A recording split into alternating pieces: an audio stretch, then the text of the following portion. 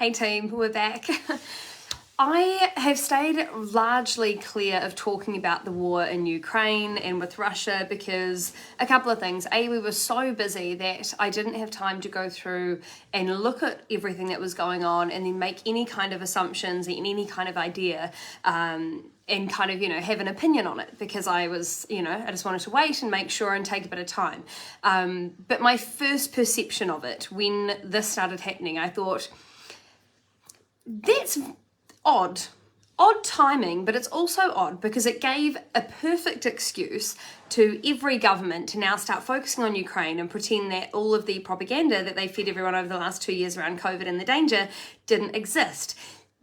Then the second thing that made me question it was when we started to see every single news organization and every massive woke company and massive woke individual starting to go on and on and on about Ukraine and about how terrible it is and all of that. And it started to make me question, are we being told 100% the truth? Because typically when all of these places get in alignment, it's to feed you some sort of information that they want you to believe that might not necessarily be true. It's actually just what they want you to think about the situation. So I stayed clear of it until I knew more. I just left it.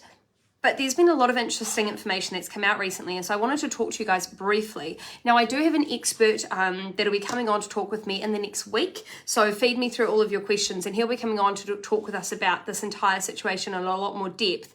But this is just a little bit that I want you guys to think about when it comes to Russia and Ukraine. So, there was a lot of discussions at the beginning about there possibly being biolabs and also missile launch bases put around the border of the Ukraine by America and by NATO, and that's why Russia was so concerned.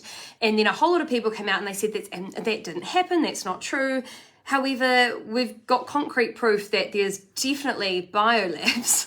Whether or not they're weaponized, we don't know. Like if they're bioweapons, we're not sure. But there is biolabs in Ukraine that have been funded by the United States.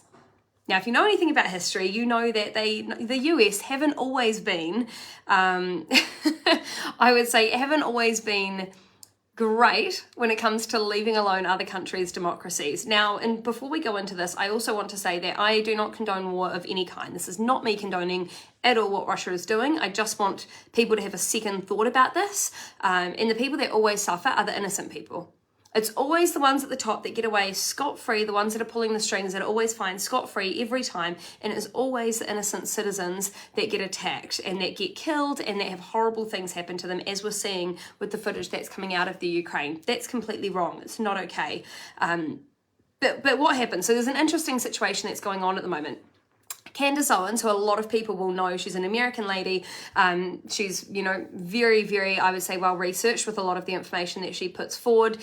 She tweeted out saying she has got no explanation for why the US Embassy in Kiev, which is in Ukraine, removed the fact sheets pertaining to their biolabs in the Ukraine.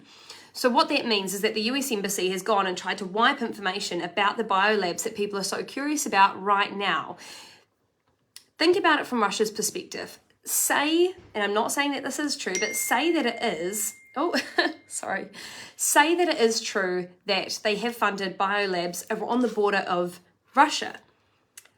If Russia tried to do that to the United States and tried to build biolabs on the edge of Mexico and possible missile bases on the edges of Mexico, would America be okay with it?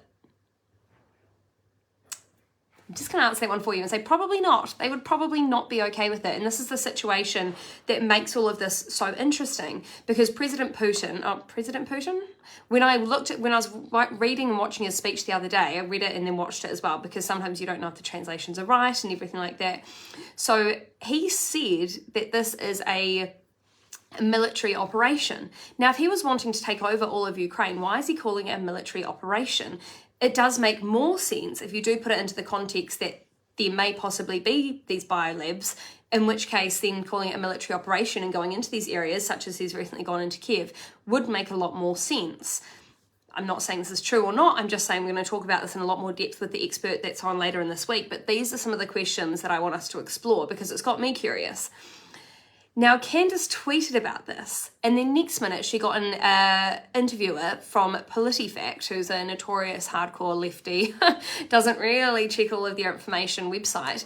She got an email from them saying, hey, why did you tweet this out? Why did you say they removed the links? The links are there, you know, you're not telling the truth.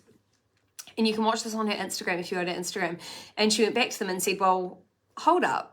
They had definitely removed the links. We checked multiple times. We had a lot of other people checking. And what it looks like the state government have done, the embassy have actually done, is they've gone and removed the links. And then when she kicked up a fuss, because she's really well known, got a big voice, they then put the links back in, but they did them under different hyperlinks. So you know how you've got the URL? They basically came in with new URLs, which were really, really recent. So it means that they hid it, then tried to hide it, and then re-put it up so it looks like they didn't lie about it and hide the information.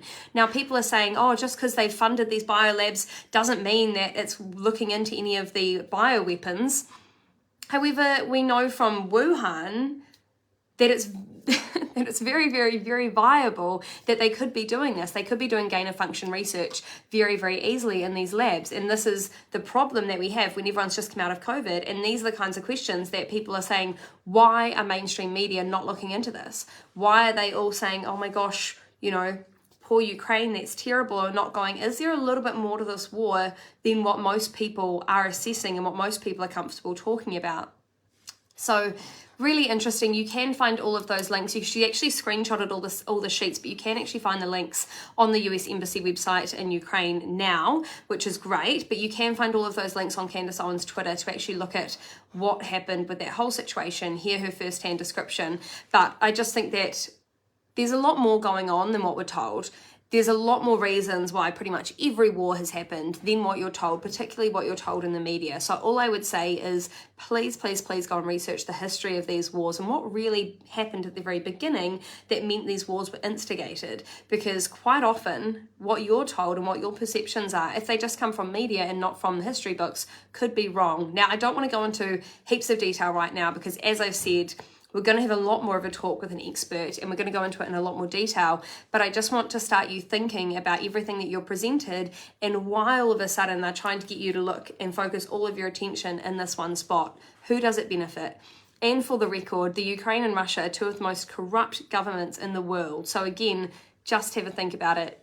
Don't take anything I say for granted. Go and look into it yourself. Definitely don't take anything that MSM say for granted because again, what are they showing you versus what the facts are? All right. Have a great night, guys. Bye.